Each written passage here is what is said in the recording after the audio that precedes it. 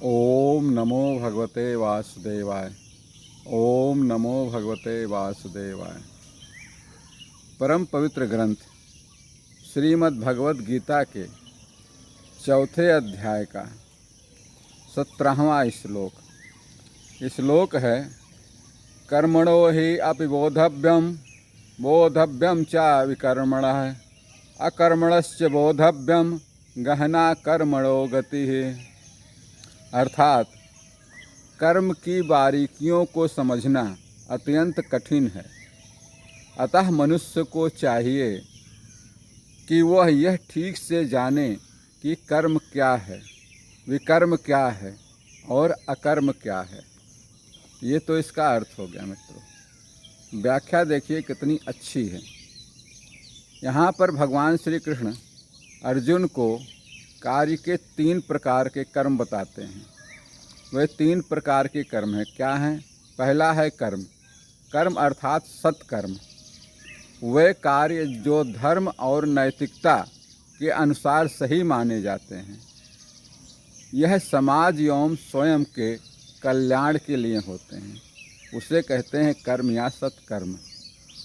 दूसरा होता है विकर्म अर्थात दुष्कर्म।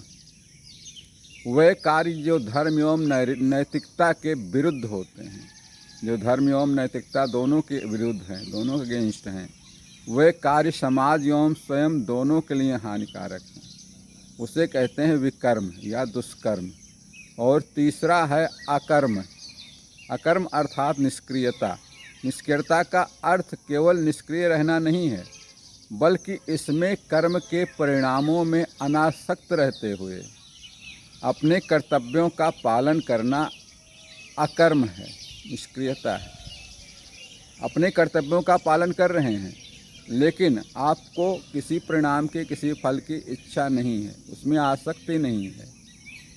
अनासक्त होकर भगवान को अर्पण करके, भगवान की सेवा में लग करके अपना कर्तव्य करते रहिए। परिणाम तो ईश्वर देगा।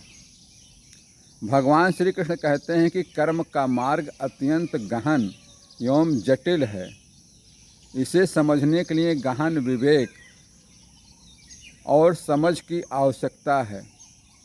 केवल बाहरी रूप से देखे गए कार्यों के आधार पर हम किसी कार्य को यह नहीं जान सकते कि कौन सा कर्म सही है, कौन सा कर्म गलत है।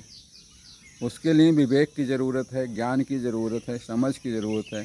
तब हम किसी कार्य को सही या गलत सिद्ध कर सकते हैं। भगवान श्री कृष्ण का यह उपदेश हमें यह सिखाता है कि सही और गलत का ज्ञान प्राप्त करके हम अपने जीवन को सही दिशा में ले जा सकते हैं और अपने कर्तव्यों का पालन करते हुए शांति और संतोष प्राप्त कर सकते हैं। बस मित्रों, आज के लिए इतना ही। इससे अगले श्लोक के लिए कल फिर मिलेंगे। तब तक के लिए श्री कृष्ण शरणम मम। श्री कृष्ण शरणम मम।